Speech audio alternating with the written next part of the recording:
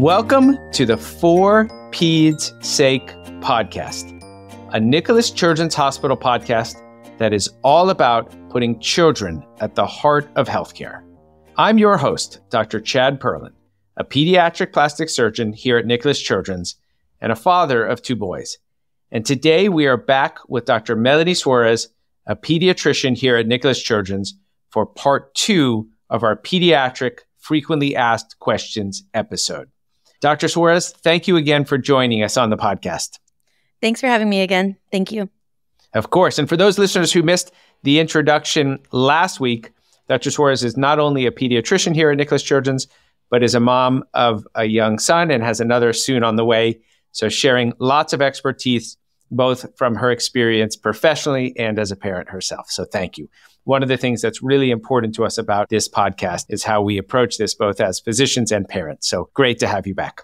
Okay, as you remember, last time we did something really fun, and we had a series of questions that had been proposed by our listeners, by the audience through Instagram about what they wanted to know regarding pediatrics. And we had a lot of questions brought forth, and we split them into the 2 episodes, last week's and this week's. So if you haven't already listened to part 1, we encourage you to go back and do so because there's some great advice there. And we really look forward to jumping right back into it again. So without further ado, are you ready? Ready. Let's do it. Question 1. When is it safe for a baby to start drinking water? All right. So generally water, I like to say 6 months of age is a good time to start. But this is just when we're just starting to introduce it. I don't want parents getting too bogged down of, oh my gosh, they're not drinking this amount of ounces, on this day, it's not enough, they're dehydrated. This is just kind of a little taste test. And it's a great way for us to start exposing our babies to something other than a bottle as well. You could try sippy cups, maybe even a straw cup. When they get a little bit older, even an open face cup, if the parents dare to do so. Generally, when you start at 6 months, I like to say no more than maybe 4 or 8 ounces throughout the day. So really small amounts. Terrific. Question 2, common one. Why does my baby have acne? Acne, of course, no parent wants to see acne on their little kid. And, I get this a lot actually in the office. And there's actually 2 different stages for acne. It really just depends on when it comes about. You have what we call neonatal acne, which usually comes about, when they're only a couple weeks old, 2 or 3 weeks old. And then there's also infantile acne, which comes about when they're a little bit older, 3 or 6 months. So the neonatal acne, which is the one that we're going to be seeing first, this is mainly due to clogged pores, and it usually goes away by the time they're about 1 month old. And then the infantile acne, a little bit different. This may be due to clogged pores secondary to hormones. A lot of things are going on when our babies are very young. So sometimes, especially for boys, they have a lot of what we call androgens, and these are things that can increase the sebaceous glands. They can increase our chances of getting acne. Either way, a lot of these things do self-resolve on its own.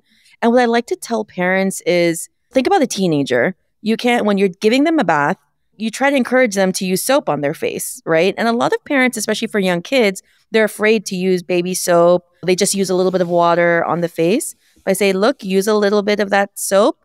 Don't be very aggressive, but make sure you're washing their face. It's just like a teenager. But it will go away. Mm-hmm. It will go away. Most important. So this is a how do I know question, the next one. And I really like these because I think it's so important to parents.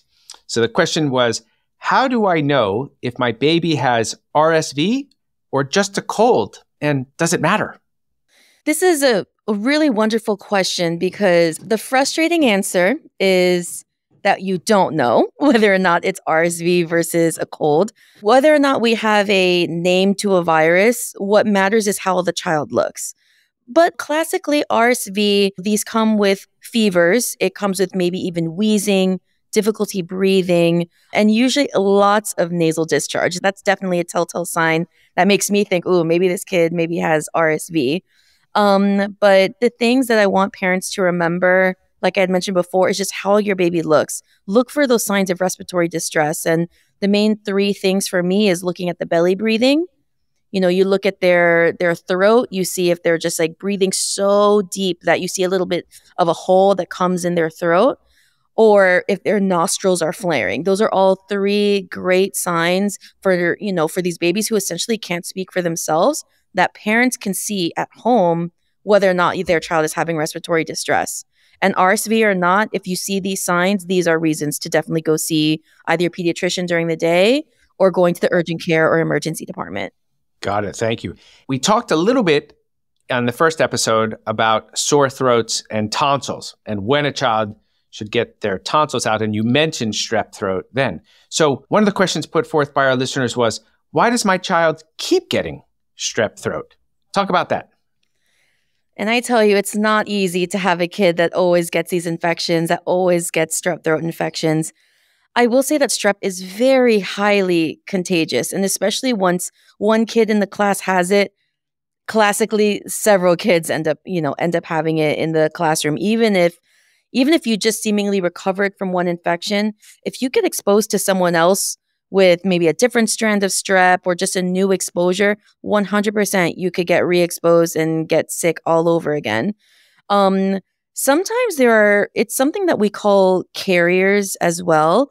That if you come in contact with someone who maybe isn't symptomatic, but they have strep growing in their throat, which is kind of weird to think about, but it does happen. That's also a risk factor that would, indicate why someone keep getting sick.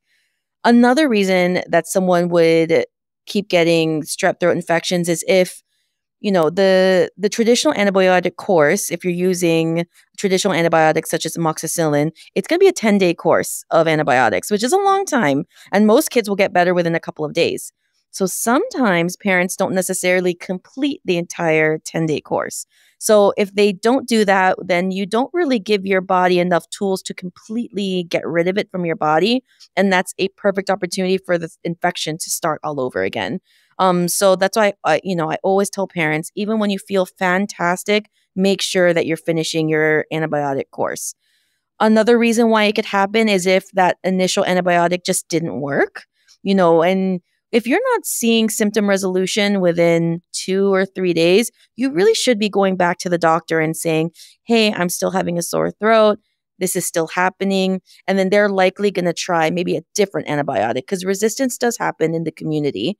And then as we alluded to before in the previous, episode, if this keeps happening, then it's definitely a good reason to see an ENT. Got it. Number 5, an important one and a serious topic. What is SIDS, and should I be concerned as a new parent? So SIDS is a very scary topic to talk about, and it stands for Sudden Infant Death Syndrome, which it is as scary as it sounds, and it's essentially a term that we use for any sort of sudden death of a baby that's younger than 1 year of age without any known cause.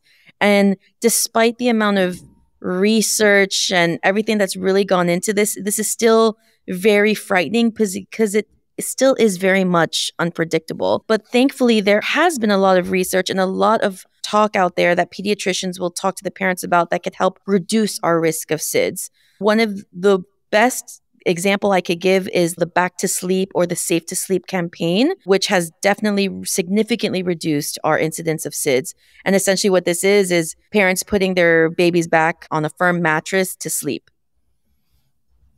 Yeah, this is something that as a pediatric plastic surgeon, we know a lot about because of the changes in head shape that can occur from being back to sleep and the importance of turning your baby and perhaps one day we'll do a separate podcast on flat head syndrome or plagiocephaly, as we call it, something that we see so many parents have questions about. On those lines, what are some safe sleep tips for babies besides putting your baby on their back to sleep? Yeah. And I will say that for the older generation, this may be difficult to hear because there are so many things that have changed over the last decade or two that when I was a kid that maybe my parents were doing that are now considered not safe sleep. So one of those things around a crib, I definitely do not recommend any sort of bumper pads.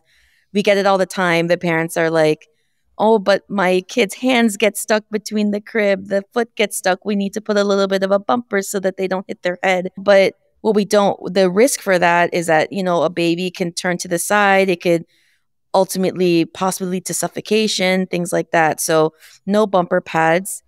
They say room sharing, but not bed sharing, and that's very difficult. I know, as we mentioned, we've talked about colic before, and seemingly the babies will only sleep on your chest or only sleep with you in the bed. But regardless of what you need to do to get the baby to sleep, as long as you put that baby back in the bassinet or back into the crib, that's what's important. 100%, we don't recommend any sort of bed sharing at any age. We also want to avoid any sort of overheating. I speak as a Miami native, for a lot of my Miami community, that we always think our babies are cold. We want to put a hat, we want to put mittens, we want to put like about 3 different layers before they go to bed. But think about what you need to go to bed given the temperature of your home. If it's just a simple blanket, then all your baby needs is just a simple onesie and then a swaddle if they're young enough for it. And that's it. Making sure there's also nothing else in the crib. Okay. A cute little animal, bat, blankets. These are all things that are just not necessary. And it does increase your risk for SIDS, and it's not considered safe sleep. And then finally, no weighted blankets. This has been actually a pretty common thing that people use because they the idea is that maybe it mimics someone's hand on the baby's chest if you're having a weighted blanket. But this is not considered safe sleep, and also another risk factor for SIDS. That is a great tip. I had not thought about the weighted blanket aspect. I see lots of them advertised these days for older kids with ADD or other things. So families may have these in their home for a different purpose. And great tip, don't use it for your baby. So I'm going to throw in one more bonus question, of course, like we did in the last episode while we're talking about sleep and things in the cribs. Bottle in the bed at night. Good idea, bad idea? I will generally say that it's a bad idea. I think that especially as the baby grows and they get to use the bottle on their own, I think the thing that people forget is that milk is very high in like sugar content. And if they fall asleep even with the bottle in their mouth, this gives us an increased risk for cavities.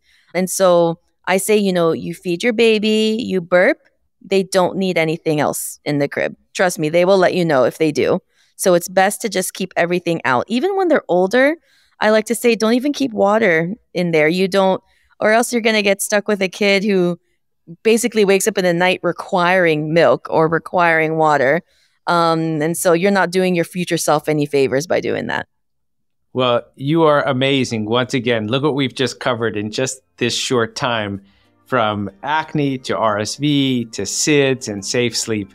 Thank you so much for sharing your expertise in such a concise and realistic and meaningful way for all our listeners. It really was a pleasure having you. Thanks so much. I had fun. Of course, and we look forward to having you back. That concludes this episode of the For Peds' Sake podcast. We hope you've learned some helpful tips from Dr. Suaris. Make sure to stay tuned for our next episode, and in the meantime, be sure to follow us on all social media channels. You can find Nicklaus Children's Hospital on Instagram, Facebook, TikTok, and YouTube. See you next time.